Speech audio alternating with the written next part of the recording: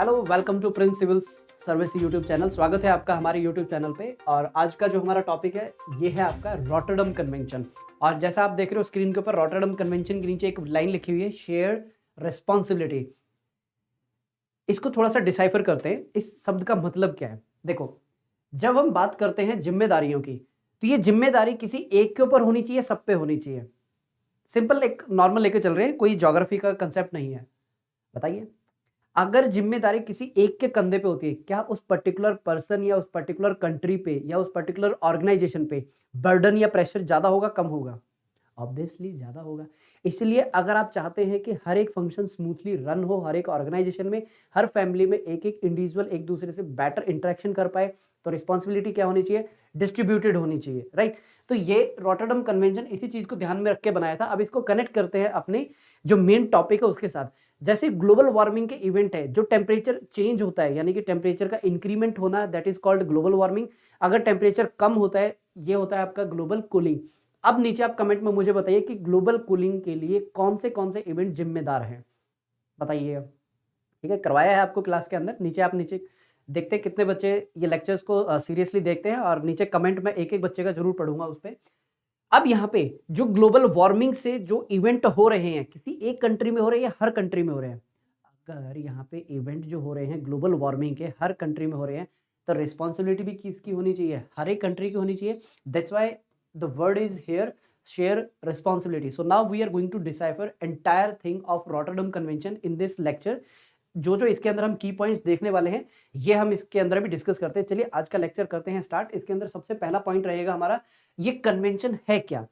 देखिए, जितने भी अभी तक लेक्चर मैंने यहाँ पे आपको प्रोवाइड किए हैं, इसके अंदर मैं आपको पहले ही फ्रेमवर्क इसलिए प्रोवाइड कर देता हूँ ताकि आपको एक अंदाजा रहे कि इस पूरे लेक्चर्स के अंदर किन किन पॉइंट्स के ऊपर डिस्कस रहेगा। ठीक, अब यहाँ पे रॉटरडम कन्वेंशन के पीछे का ऑब्जेक्टिव क्या है ये देखेंगे। फिर ऐसे दो इंपॉर्टेंट जो मैकेनिज्म है रॉटरडम कन्वेंशन से जो यहाँ पे लाए गए थे और इससे क्या इंप्रूवमेंट हुए, ये हम देखेंगे। फिर उसके बाद मेंबर्स और कुछ यूपीएससी से रिलेटेड कुछ यहाँ पे हम पॉइंट्स देखेंगे जो फ्रीक्वेंटली पूछे जाते हैं।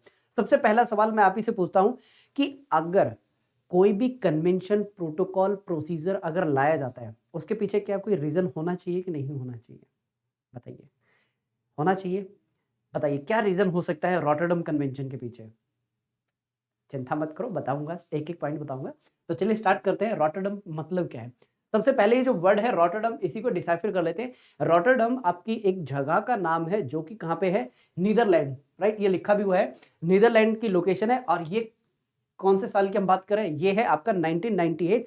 रॉटरडम के अंदर यहाँ पे जो कॉन्फ्रेंस ऑफ पार्टी है, इसका एक सम्मेलन हुआ था। यानी कि यहाँ पे एक क्या बोल सकते हो आप, ऑर्गेनाइजेशन, इनकी मीटिंग होती है साल में। इसके अकॉर्डिंगली यहाँ पे कुछ डिसीजंस लिए गए थे। अब वो डिसीजन क्या है वही हम इस लेक्चर के आगे देखेंगे। बेसिकली एक वर्ड मैं आपको यहाँ पे बताया था, हजार्डस केमिकल। इसके रिलेटेड इसको फ्रेमवर्क के अंदर बनाया गया था जो रॉटरडम कन्वेंशन है। और एक और चीज यहाँ पे, जो आपके हजार्डस केमिकल है, क्या वो एक बार यूज होते हैं कि जितनी बार प्रोडक्ट बनते रहेंगे वो केमिकल यूज होते रहेंगे? ऑब्वियस सी बात है, अगर एसी आज बन रहा है तब भी उसके अंदर वो केमिकल यूज होगा, अगर 10 साल बाद बनेगा तब भी उसके अंदर वो केमिकल यूज होगा। इसीलिए इस पूरे कन्वेंशन को ट्रैक पे रखने के लिए एक सेक्रेटेरिएट यहाँ पे बनाया गया। कहाँ पे? जिनेवा और स्विट्जरलैंड में, राइट। यहाँ पे कोई चीज रटने की रिक्वायरमेंट नहीं है, एक एक पॉइंट एक दूसरे से कनेक्टेड है। तो अगर हम यहाँ पे बात करें इसका जो कन्वेंशन का मेन ऑब्जेक्टिव क्या था, यहाँ पे ये ऑलरेडी हम देख चुके हैं। क्या? Shared responsibility. दूसरा, इंफॉर्मेशन को क्या करना है? एक्सचेंज करना है। देखिए पहले क्या होता था, अगर एक कंट्री से दूसरी कंट्री कोई भी आप जो गुड है या जो कंटेनर उनको सेंड कर रहे हैं, तो मोस्ट प्रोबेबली क्या होता था, वहां पे जो गुड्स है उनके बारे में एग्जैक्ट इंफॉर्मेशन डिस्क्लोज नहीं की जाती थी। लेकिन एज पर रॉटरडम कन्वेंशन आपको क्या करना पड़ेगा? Prior information concern. इसका मतलब ये हमने पहले नागोया बेसल इसके तहत भी देखी थी। यानी अगर आप कुछ भी चीज आगे फॉरवर्ड कर रहे हो, सेंड कर रहे हो, तो उसके बीच में आने वाली हर कंट्री को उसके बारे में पता होना चाहिए।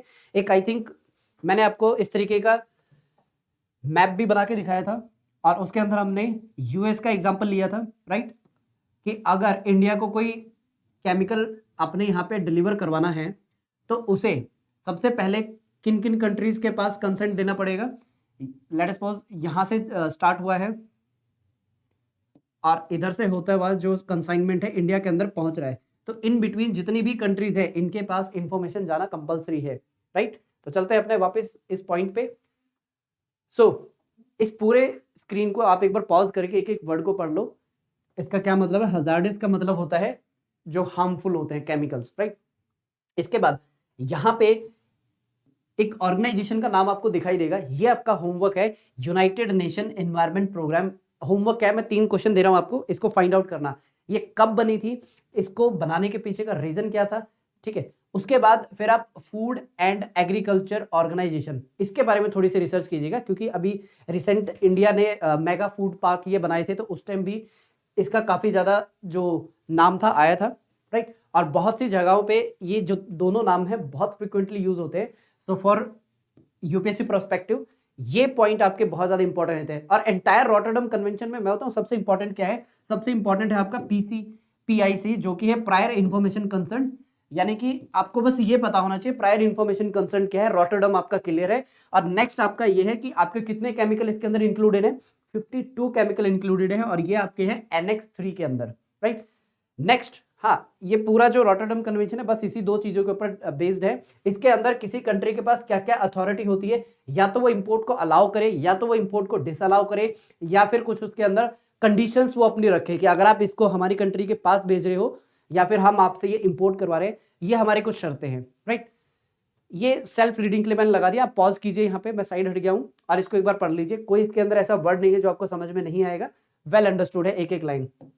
इसके बाद आते हैं 2 इंपॉर्टेंट मैकेनिज्म क्या है जो रॉटरडम कन्वेंशन के तहत आते हैं। सबसे पहला पीआईसी, ये हम ऑलरेडी यूज कर चुके हैं। फिर उसके बाद आता है इंफॉर्मेशन एक्सचेंज।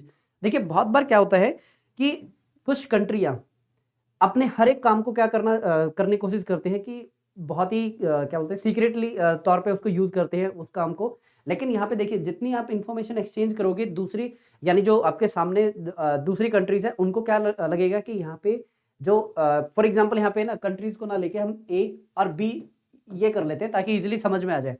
अगर ए कंट्री बी को रेगुलरली अपनी इंफॉर्मेशन एक्सचेंज करती है इन टर्म्स ऑफ बी भी ए को ये बताता रहता है कि मेरे यहाँ पे लेट अस सपोज 100 का प्रोडक्शन हुआ है और इनके यहाँ पे 100 का या फिर 110 का प्रोडक्शन हुआ है, तो यानी कि यहाँ पे क्या हुआ है, इंफॉर्मेशन एक्सचेंज हुई है, तो ये इजिली एक दूसरे के ऊपर ट्रस्ट कर सकते हैं। देखो आज की डेट में ट्रस्ट मतलब नहीं हम डायरेक्टली बोल सकते कि इजिली ट्रस्ट किया जा सकता है, क्योंकि हाथी के दांत खाने के और दिखाने के और होते हैं।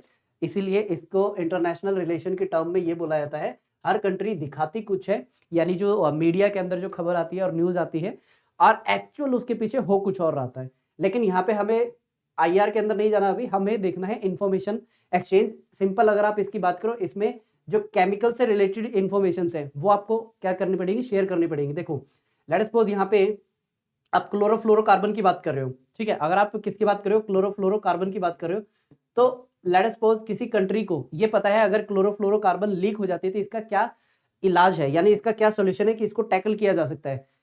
ए कंट्री को पता है इलाज लेकिन बी को नहीं पता, तो इस केस में ए कंट्री को should be share with B1 अगर इन दोनों के बीच में क्या हो रहा है, ट्रेड हो रहा है।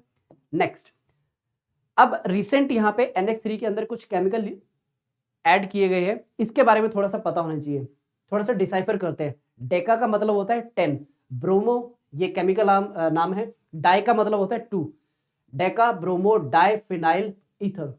ईथर का मतलब क्या होता है, जैसे आपने टॉफियां खाई हैं, टॉफी में से कुछ खुशबू आती है, ऐसे ही अगर जब हम परफ्यूम की बात करते हैं या फिर जो रसना होता है, जब आप रसना को किस में मिलाते हो, पानी में, उसमें से खुशबू आती है, उसके पीछे का रीजन क्या है, दैट इज ईथर, राइट। इसी तरीके से एक है आपका पर फ्लोरो ऑक्टा, ऑक्टा का मतलब होता है 8, ठीक है, पर फ्लोरो ऑक्टेक एसिड, इसका शॉर्ट फॉर्म क्या है, PFOA, राइट। ये 2 इंपॉर्टेंट केमिकल है, इसके बारे में आपको पता होना चाहिए।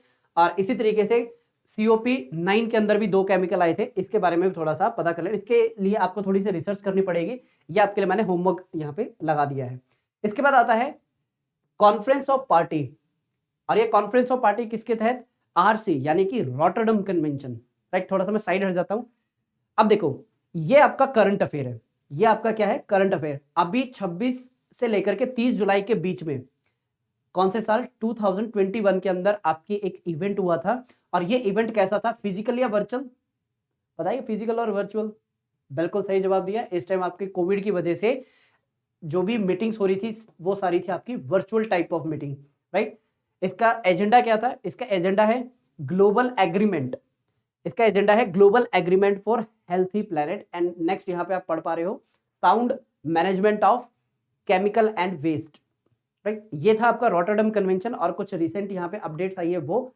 फिर उसके बाद यहाँ पे आता है इसकी जो मेंबर्स कंट्री है उसके लिए क्या क्या यहाँ पे प्रावधान है। सबसे पहले हम इंडिया के प्रोस्पेक्टिव से बात कर लेते हैं, क्या इंडिया मेंबर है? जी हाँ, इंडिया मेंबर है और इंडिया ने ज्वाइन कर लिया था 22 अगस्त 2005 को। और यहाँ पे एस्बेस्टोस, ये आपका एक और होमवर्क है एस्बेस्टोस। आज आप कह रहे होगे सर इतने दिन बाद वीडियो आ रही है और इतना होमवर्क क्या करें, टॉपिक इतना अच्छा है। इसके अंदर समझाने के लिए सिर्फ 2 पॉइंट थे, वो मैं आपको ऑलरेडी समझा चुका हूँ, रेस्ट ऑफ आपके रिसर्च वर्क पे है। अब यहाँ पे इसके ऊपर डिबेट चल रही है, एस्बेस्टोस को इसके अंदर रखना चाहिए कि नहीं रखना चाहिए। किसके अंदर? जो यहाँ पे 52 केमिकल की मैंने आपको लिस्ट प्रोवाइड किया, लिस्ट आई मीन टू से बताया कि टोटल NH3 के अंदर 52 केमिकल है। अब यहाँ पे जो एस्बेस्टोस है रखना चाहिए नहीं रखना चाहिए, हर कंट्री का अपना अपना इसके ऊपर स्टैंड है। अब यहाँ पे ना मैं आपको आइडिया देता हूँ इसका यूजेस कहाँ पे है, इस वर्ड के ऊपर ध्यान दो। हीट रेजिस्टेंस, क्या प्रॉपर्टी है इसकी? Heat resistance. दूसरा फ्लेक्सिबल फाइबर, और तीसरा ये सॉफ्ट है। लेकिन एक इसकी जो कमी है वो क्या है? हाईली टॉक्सिक है, यानी कि जो भी लेबर और वर्कर इसके साथ काम करते हैं उनकी बॉडी के अंदर क्या जाता है, ये टॉक्सिसिटी उनकी बॉडी के अंदर जाएगा, राइट। तो इसीलिए यहाँ पे जो आपकी फर्दर जितनी भी डेवलप्ड कंट्री है, यानी एक यहाँ पे मैं आपको ऑर्गेनाइजेशन का नाम बता रहा हूँ, बनी, यानी कि ban asbestos network of India, इनका क्या कहना है? It should be band. क्या होना चाहिए? ये बैन होना चाहिए। लेकिन हर चीज इतनी आसान नहीं होती। क्यों नहीं होती? क्योंकि एस्बेस्टोस का मैक्सिमम यूज होता है किस चीज के लिए? जैसे आपके घर में जो टाइल होती है, राइट, जो टाइल ऐसी जो काफी एकदम चिकनी दिखती है आपको, और दूसरा जितने भी हीट रेजिस्टेंट और जो फायर रेजिस्टेंट जितने भी मटेरियल हैं उसके अंदर क्या यूज हो रहा है? आपका एस्बेस्टोस यूज हो रहा है, राइट। तो इसके ऊपर अभी भी क्या है? क्वेश्चन मार्क है, क्या इसको ऐड करना चाहिए जो 52 केमिकल की लिस्ट है उसमें, या नहीं करना चाहिए। नेक्स्ट चलते हैं, ये एक बार इसको पढ़ लेना क्योंकि ये हम ऑलरेडी डिस्कस कर चुके हैं इस पूरे लेक्चर के अंदर, बस ये न्यू नाम था, ये मैं ऑलरेडी यहाँ पे बता चुका हूँ। इसका मेन एम क्या है? वो इंडिया के अंदर जितने भी इंस्टीट्यूट है उनका एक नेटवर्क बनाना। और हाँ, एक और चीज, जो आपकी सीमेंट फैक्ट्री यहाँ पे लिखा हुआ है, जो सीमेंट मैन्युफैक्चरिंग जो कंपनीज हैं, ये लिखा हुआ ना सीमेंट प्रोडक्ट मैन्युफैक्चरर्स, उनका क्या कहना है कि भाई हमारी स्टडी के अकॉर्डिंग ये हार्मफुल नहीं है। सिंपल वही बात हो गई कि सर मैंने अपना जो पेपर बनाया था उसमें ये क्वेश्चन आए तो थे नहीं, तो मैं आंसर कैसे कर सकता हूँ? होता है ना। तो यहाँ पे भाई अलग अलग लेवल पे अलग अलग ये इवेंट्स चलते रहते हैं। नेक्स्ट यहाँ पे आपके लिए कुछ फ्रीक्वेंट क्वेश्चंस यहाँ पे मैंने लगाए हैं कि ये लीगली बाइंडिंग है, येस और नो, बताइए। लीगली बाइंडिंग है, यहाँ पे वर्ड हुआ है कन्वेंशन, और यहाँ पे इसको लीगली बाइंडिंग किस फॉर्मेट में करना है कि PIC, ये आपका लीगली बाइंडिंग है, राइट। जो रॉटरडम कन्वेंशन है वो कन्वेंशन है। देखो, एक हमने वर्ड देखा था कन्वेंशन और प्रोटोकॉल, दोनों में क्या फर्क है। यहाँ पे वर्ड यूज हो रहा है कन्वेंशन, तो मोस्ट प्रोबेबली बच्चे क्या करेंगे कि ये क्या है, लीगली बाइंडिंग नहीं है। यहाँ पे एक और यूपीसी आपके लिए क्या ट्रैप रखेगा, वो ये लिखेगा कि लीगली बाइंडिंग नहीं है, अगली लाइन में लिखेगा जो PIC है वो इसका पार्ट है या नहीं है। ऐसे क्वेश्चंस आते हैं, राइट। इंडिया इसका पार्ट है, ऑलरेडी डिस्कस कर चुके हैं 2018 के अंदर। जब आप देख रहे हो इस वीडियो को एक बार दोबारा से क्रॉस चेक कर लेना इसके अंदर कितने मेंबर है। जब मैं रिकॉर्ड कर रहा हूँ इसके अंदर मेंबर है 161 और UN के 158 इसके अंदर मेंबर आते हैं। तो आज के लेक्चर में इतना ही है। और कोई भी इसके अंदर पॉइंट ऐसा हो, देखो इसके अंदर 3 ही चीजें थी, एक तो था आपका PIC वो बता दिया, फिर उसके बाद इसके अंदर कुछ न्यू केमिकल्स ऐड हुए हैं वो बता दिया, फिर इसके बाद कंट्रोवर्सी क्या है एस्बेस्टोस की वो हमने डिस्कस कर लिया। उसके बाद अभी रिसेंट 26 से लेकर के रिसेंट आपकी 26 से लेकर के 30 के बीच में 30 जुलाई तक क्या हुई है आपकी मीटिंग हुई है, ये हम ऑलरेडी डिस्कस कर चुके हैं। तो ये आपका कंप्लीट क्या है, रॉटरडम कन्वेंशन। इसके बाद हम डिस्कस करेंगे जो आपका मिनीमाता कन्वेंशन है और उसके बाद Montreal protocol, right. Next 2 lecture हमारे इसके ऊपर रहेंगे। तो इससे रिलेटेड कोई भी सवाल हो तो नीचे आप पूछ लीजिएगा कमेंट में, हम आपको आंसर कर देंगे। Thank you for watching this entire lecture.